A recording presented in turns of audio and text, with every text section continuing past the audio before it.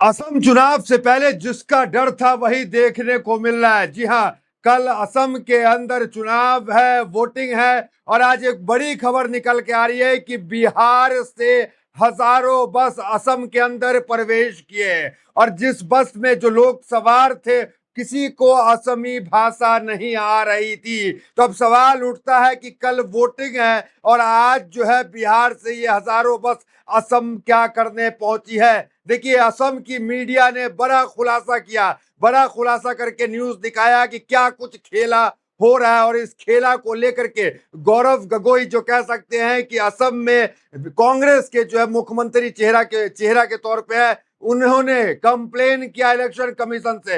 लेकिन क्या election commission कोई सूद लेता है इन कंप्लेन का? क्या इलेक्शन कमीशन ने जो हेमंत विश्व शर्मा और उनकी पत्नी के ऊपर आरोप लगा तो क्या उनकी जो पर्चा था उसे रद्द करने का काम किया? तो इलेक्शन कमीशन तो कोई कार्रवाई नहीं करता है। लेकिन सीधे मुद्दे पे आते हैं। देखिए, असमी मीडिया की हेडलाइंस देखिए क्या चल रहा है। असमी मीडिया के द्वारा खबरों में असम में NH 10 पर बिहार से आ रही कई यात्री बसें। दूसरा हेडलाइंस देखिए, क्या विदेशी गैर असमी लोगों के आगमन के पीछे कोई रहस्य छिपा है? तीसरा हेडलाइंस, राज्य के कई अन्य स्थानों में ऐसे ही दृश्य है। तो राज्य के कई स्थानों में अलग अलग कोने से जो कह लें कि बिहार की बसें हैं वो प्रवेश कर रही है। देखिए, कल चुनाव है, आज बस प्रवेश कर रही है। तो ये क्या कुछ चल रहा है, इसको लेकर गौरव गोगोई ने ट्वीट करने का काम किया और ट्वीट करके सवाल उठाया है इलेक्शन कमीशन से कि इस पे कोई संज्ञान आप लीजिएगा।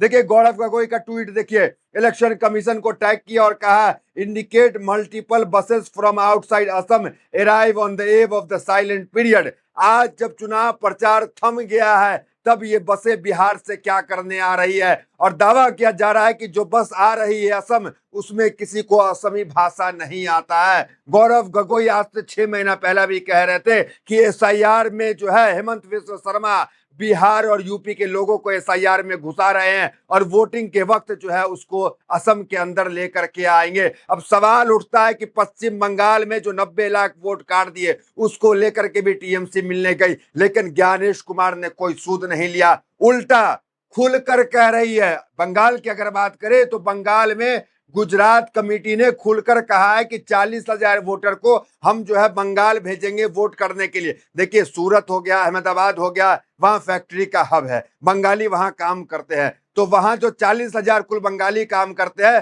फ्री ट्रेन चलाकर गुजरात से जो है बंगाल भेजने की जो है प्लानिंग चल रही है। अब सोचिए, आपके पास सत्ता है, आपके पास रेल मंत्रालय है, आपके पास फ्री रेल है, तो क्या आप रेल से जो है, क्या ये वोट की चोरी नहीं है कि आप फ्री रेल कर देंगे, जाइए और जाकर बंगाल में वोट गिराइए? इस पे भी ज्ञानेश कुमार ने कोई कार्रवाई नहीं किया। हेडलाइंस दिखाते हैं, देखिए हिंदुस्तान खबर है ये हेडलाइंस, जो पूर्णिया के संवाददाता है उन्होंने कोट किया है। पूर्णिया समेत बिहार की 1,000 बसों से होगा असम में चुनाव कार्य। तो ये कह रहे हैं कि चुनाव कार्य जो है वो होगा। हेडलाइंस देखिए, असम में होने वाले विधानसभा चुनाव के दौरान पूर्णिया समेत बिहार के करीब 1,000 बसें दौड़ लगाएंगी। इसमें पूर्णिया से सबसे अधिक 110 बसें का प्रबंध किया गया है। चुनाव कार्य के लिए बिहार से पहले 823 बसों की मांग की गई थी, जिसके बाद बढ़ाकर करीब 1,000 कर दी गई। पूर्णिया को पहले 100 बसों की जवाबदेही दी गई थी, परंतु आखिरकार 110 बसों का यहां से रवाना किया गया। तो 110 बस जो है महज पूर्णिया से। सवाल उठता है, क्या असम के में बसों की कमी थी? क्या असम के आसपास वाले राज्य से बस नहीं आ सकते थे? ये बिहार से ही बस क्यों जा रहे हैं? उस वक्त जब गौरव गोगोई लगातार कह रहे हैं कि बिहार के मतदाता को घुसाया जा रहा है और अचानक बस वहां पहुंच रही है, तो कई सवाल उत्पन्न होते हैं। एक आपको अगर हम दिखा दें कि क्या कुछ इलेक्शन कमीशन ने आज ट्वीट किया जिसको लेकर बवाल मचा हुआ है, वो ट्वीट आपको दिखाना चाहते हैं। देखिए, इलेक्शन कमीशन का ये ट्वीट है। एक पल को तो आपको लगेगा कि ये कोई जो है पैरोडी अकाउंट है, कोई फेक अकाउंट है। इलेक्शन कमीशन जिसको कहना चाहिए कि हम निष्पक्ष चुनाव कराएंगे, वो TMC को धमकाने का काम कर रहा है। देखिए, ये इलेक्शन कमीशन के ऑफिशियल के द्वारा ट्वीट किया गया। जब इस तरह का tweet election commission Gyanesh Kumar खुद करेंगे तो इनसे क्या उम्मीद की जाए कि असम में जो बस घुस रहा है उस पर कोई कार्रवाई करेंगे। देखिए क्या वो लिखते हैं इलेक्शन कमीशन ऑफ इंडिया के साइड से, चुनाव आयोग की तृणमूल कांग्रेस को दो टूक। देखिए भाषा देखिए, ये लग रहा है कोई पार्टी जो है एक दूसरे पार्टी पे हमला कर रही है। ये इलेक्शन कमीशन ऑफ इंडिया लिखा है, चुनाव आयोग की तृणमूल कांग्रेस की दो टूक, पश्चिम बंगाल में इस बार चुनाव भय रहित, हिंसा रहित, धमकी रहित, प्रलोभन रहित, छापा रहित, बूथ एवं सोर्स जामिंग रहित होकर ही रहेगा। मतलब ये लड़ाई जो है बीजेपी वर्सेस टीएमसी नहीं चल रहा बंगाल में, ये टीएमसी वर्सेस इलेक्शन कमीशन की लड़ाई हो रही है, ऐसा देखने को मिल रहा है। और ये जो फुहरपना जो है, ये फुहरपना का ट्वीट देखिए इलेक्शन कमीशन ज्ञानेश कुमार ने किया है। क्या किया है वो आपको हमने पढ़ के बता दिया। इस पे जो है केजरीवाल से लेकर विपक्ष के तमाम नेता लिख रहे हैं कि अब क्या सवाल करना है। अब तो साफ हो गया कि ये इलेक्शन कमीशन जो है बंगाल में ममता से लड़ने का काम कर रहा है, जबकि इसको जो है बीजेपी और टीएमसी के बीच निष्पक्ष लड़ाई लड़वाना था। अब वो खुद जो है लड़ाई लड़ रहा है। इलेक्शन कमीशन ने जब अवैध संपत्ति जो दुबई में जो मामला खुलासा पवन खेरा ने किया असम के सीएम को लेकर के, तो उस पे जो है कांग्रेस जो है वो ईडी गई, असम के ईडी दफ्तर गई, असम के सीबीआई दफ्तर गई, असम के चुनाव आयोग के दफ्तर गई, लेकिन क्या असम के मुख्यमंत्री के ऊपर कोई जांच बैठी? कितना बड़ा मामला था कि 3 पासपोर्ट, 2 मुस्लिम देश, लेकिन क्या इस पे कोई जांच बैठी? और 2 पैन कार्ड रखने पे आजम खान को 7 साल की सजा हो जाती है और 2 पासपोर्ट रखने पे जांच तक नहीं बैठती है। ये कैसा कानून? एक कानून देश में, लेकिन लागू करने का तरीका नहीं। ये देश के लिए तो खतरा का भी सवाल है कि 2 पासपोर्ट है, 3-3 पासपोर्ट है, माफ कीजिएगा, लेकिन उस पर कोई जांच जो है वो नहीं बैठ रही है। वो पासपोर्ट देख सकते हैं, मिस्र है, यूएई है, एंटीगुआ बाराडूगा का पासपोर्ट, तीनों पासपोर्ट है। क्या इसको लेकर कुछ इलेक्शन कमीशन ने जांच बिठाई? जो दुबई में अवैध प्रॉपर्टी की बात कांग्रेस ने कहा, क्या उसको लेकर जवाब तलब किया हेमंत विश्व शर्मा से कि आपने एफिडेविट में दुबई की प्रॉपर्टी की जिक्र क्यों नहीं किया? अमेरिका के वेयोंग शहर के अंदर जो कंपनी 52,000 करोड़ की आपकी है, उसका जिक्र क्यों नहीं है? कुछ नहीं। तो उल्टा क्या करे हेमंत विश्व शर्मा कि मुझे गिरफ्तार करने के लिए राहुल गांधी को दोबारा जन्म लेना पड़ेगा, एक बयान में असम के मुख्यमंत्री ने कहा। और उल्टा जो है, जब समझिए कि आचार संहिता लगा हुआ है और चुनाव से 3 दिन पहले जो है अपने पुलिस को दिल्ली भेज देते हैं। क्या एक मुख्यमंत्री के हाथ में चुनाव से 3 दिन पहले पुलिस रहती है? उसके कहने पे दिल्ली जाती है, गिरफ्तारी करने की बात करती है, और असम के मुख्यमंत्री कहते हैं कि पाताल से खोज निकालेंगे। मतलब चुनाव आयोग किस तरीके से यहां पर व्यवहार कर रहा है। अब देखिए जो है क्या कुछ जो है वो अरविंद केजरीवाल कह रहे हैं। इस पे अरविंद केजरीवाल कह रहे हैं अब यह कहने की भी जरूरत नहीं है कि चुनाव आयोग सीधे बीजेपी के निर्देश लेकर और बीजेपी के अंडर में काम कर रहा है। ये अब जग जाहिर है और बेहद दुर्भाग्यपूर्ण है। कम से कम ऐसी भाषा की ट्वीट करके इतने अहम संस्थान की इज्जत तो सरेआम मत उछालो। ये अरविंद केजरीवाल ने कोट करके इलेक्शन कमीशन के ट्वीट को कहा कि इस जो संस्था है इसकी तो रक्षा करो, इसका तो मजाक मत उड़ाओ।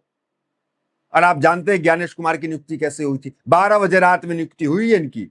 और इनकी नियुक्ति की जो कमेटी होती है, उस कमेटी में जो 3 लोग होते हैं, जिसके अंदर प्राइम मिनिस्टर का होना अनिवार्य होता है, जिसके अंदर नेता प्रतिपक्ष का होना अनिवार्य होता है, जिनके अंदर सीजीआई का होना अनिवार्य होता है, लेकिन कानून ला करके सीजीआई को हटा दिया गया पैनल से और 2 लोगों ने नियुक्ति कर ली, एक अमित शाह और एक नरेंद्र मोदी। राहुल गांधी की कुछ नहीं चली, तो इनकी नियुक्ति तो इस प्रकार हुई। और ये पहले क्या थे आपको पता है? अमित शाह के ऑफिस में ये थे ज्ञानेश कुमार।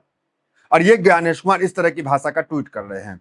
तो अब इस ट्वीट को रिप्लाई करते हुए तृणमूल कांग्रेस ने भी कहा, क्या एक निष्पक्ष संवैधानिक निकाय से इसी तरह व्यवहार करने की अपेक्षा की जाती है? आगे टीएमसी ने क्या जवाब दिया वो भी आपको बताते हैं। तो टीएमसी को जो ट्वीट करके इलेक्शन कमीशन ने जो है धमकाने की कोशिश की, तो टीएमसी इसका रिप्लाई देता है। ममता बनर्जी ने रिप्लाई देते हुए लिखा, हम सीधे चुनाव आयोग से स्पष्ट रूप से बात कर रहे हैं। इस बार चुनाव अवश्य होना चाहिए, दिल्ली के नियंत्रण से मुक्त। दिल्ली के नियंत्रण मतलब मोदी शाह के नियंत्रण से मुक्त, राजनीति पूर्वग्रह से मुक्त, किसी के भी लक्षित उत्पीड़न से मुक्त और निश्चित रूप से दोहरे मापदंडों से मुक्त। इलेक्शन कमीशन ऑफ इंडिया से हमारी सीधी बात, इस बार चुनाव अवश्य होना चाहिए, दिल्ली के नियंत्रण से मुक्त, राजनीतिक पूर्वग्रह से मुक्त। मतलब जो है वो कह रहे हैं कि आप दिल्ली से मुक्त होकर के चुनाव कराइए, निष्पक्ष कराइए। तो कुल मिलाकर टीएमसी इस प्रकार की जवाब दे रही है। टीएमसी का डेलीगेशन आज मुलाकात करने भी चुनाव आयोग के दफ्तर गया था।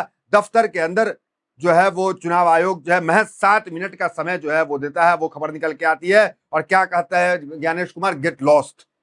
ये भाषा है उनकी। अब क्या जो निकल करके आकर के वो कहते हैं, जरा वो देखिए। जो टीएमसी के सांसद प्रतिनिधि गए थे, इलेक्शन कमीशन ऑफ इंडिया के साथ अपनी बैठक में तृणमूल कांग्रेस के नेताओं ने दो गंभीर मुद्दे पर चुनाव आयोग को चौंकाने वाला संस्थागत पूर्वाग्रह का समर्थन किया। पहला, ममता बनर्जी द्वारा भेजे गए एक औपचारिक पत्रों पर चुनाव आयोग की अपमानजनक और लगातार चुप्पी। दूसरा, नंदीग्राम और मुख्य निर्वाचन अधिकारी और एक वरिष्ठ भाजपा नेता के बीच खुली मिलीभगत, जो अब स्पष्ट रूप से सामने आ चुकी है। संवैधानिक मर्यादा का पालन करने के बजाय चुनाव आयोग के अधिकारी ने टीएमसी प्रतिनिधिमंडल का खुलेआम अपमान किया और उन्हें परिवार खाली करने को कहा। इसके बाद उन्होंने बेशर्मी से सोशल मीडिया पर मनगढ़ंत जानकारी फैलाई। तो ये टीएमसी जो प्रतिनिधिमंडल कह रहे हैं कि वो कह रहे हैं कि हमसे अपमानित किया गया, हमको सम्मान की तरह बात नहीं किया गया, 7 मिनट का समय दिया गया, फिर सोशल मीडिया पे जो है अनाप शनाप, वो जो हमने आपको अभी ट्वीट बताया, जो इलेक्शन कमीशन की भाषा लग नहीं रही है, वो ट्वीट आया। तो सोचिए, देखिए झंडा लगा रहे हैं, बीजेपी के झंडा में डंडा लगाने का काम कर रहे हैं चुनाव आयोग के अधिकारी। इनसे क्या उम्मीद कीजिएगा? इस पे क्या कार्रवाई हुई अब तक? ये जो है अतानु चक्रवर्ती इनका नाम है, बीजेपी के झंडा में डंडा लगाने का काम कर रहे हैं। इस तरह की तस्वीर निकल के आ रही है। और कहा जा रहा है गुजरात से 40,000 जो है लोग को बंगाल भेजा जाएगा और फ्री भेजा जाएगा। उसके लिए आईटी टीम काम कर रही है, वो विजुअल आप देख सकते हैं कि इस पे कोई कार्रवाई हुई। ये तमाम चीजें जो है ये क्या इशारा कर रही है? उसके बाद महाभियोग आता है। महाभियोग में जितने सांसदों के हस्ताक्षर चाहिए था उतना टीएमसी जुटा लेती है। 100 हस्ताक्षर चाहिए था आपको लोकसभा में, टीएमसी 132 जुटा लेती है। 50 चाहिए राज्यसभा में, टीएमसी 62 जुटा लेती है। फिर भी महाभियोग नहीं चल पाता है। ये सांठ गांठ है कि क्या है? तू दाल डाल मैं पात पात। तो इनकी नौकरी जो है वो बीजेपी ने बचा ली कि इनके ऊपर महाभियोग नहीं आया। तो इस पे क्या कहिएगा? देखिए रिपोर्ट जो निकल के आ रही है उसमें देखिए 90 लाख, बंगाल की अगर बात करें तो 90 लाख वोटर मतदाता जो है वो उसका वोट काट दिया गया है। 90 लाख से ज्यादा मतदाता वोटर लिस्ट से बाहर। इसी ने पहली बार जारी किया जिलेवार डेटा। 90 लाख वोटर को काट दिया गया है। एक बीएलओ है उसका वोट काट दिया गया है। और कहा जा रहा है कि जो नंदीग्राम है, जहां से बीजेपी के सीएम के चेहरा है, मुख्यमंत्री है, सीएम के मुख्यमंत्री के चेहरा है शुभेंदु अधिकारी, उस नंदीग्राम में मुसलमानों का 95% जो है एसआईआर में वोट नाम कट गया है। इस तरह की रिपोर्ट निकल के सामने आ रही है। इस पे क्या कहिएगा आप? देखिए ये क्या कहते हैं कि मैं खुद बीएलओ हूं, मेरा भी नाम वोटर लिस्ट से हटा दिया गया है, मेरे पासपोर्ट समेत सभी जरूरी दस्तावेज मौजूद है। इसी तरह मेरे बूथ पर 460 लोगों का नाम इसी तरह काट दिया गया है। बहुत तनाव में हूँ, 20 साल से सरकारी नौकरी कर रहा हूँ और मेरा खुद का नाम वोटर लिस्ट में नहीं है। ये इमरान हुसैन है, ये सरकारी नौकरी कर रहे हैं, इनका जो है वोटर लिस्ट में नाम नहीं है। तो ये तमाम तरह की जो है बातें निकल करके आ रही है। और लेकिन चुनाव आयोग जो है उस पर कोई संज्ञान नहीं ले रहा है। गौरव गोगोई जो असम में बसें आ रही हैं, लोग आ रहे हैं, उसको लेकर इलेक्शन कमीशन को पत्र लिखने का काम कर रहे हैं। लेकिन इलेक्शन कमीशन इस फुहरता के साथ जो है ट्वीट पे एक पार्टी को धमकाने का काम कर रहा है। इस पूरी वीडियो को शेयर कीजिएगा।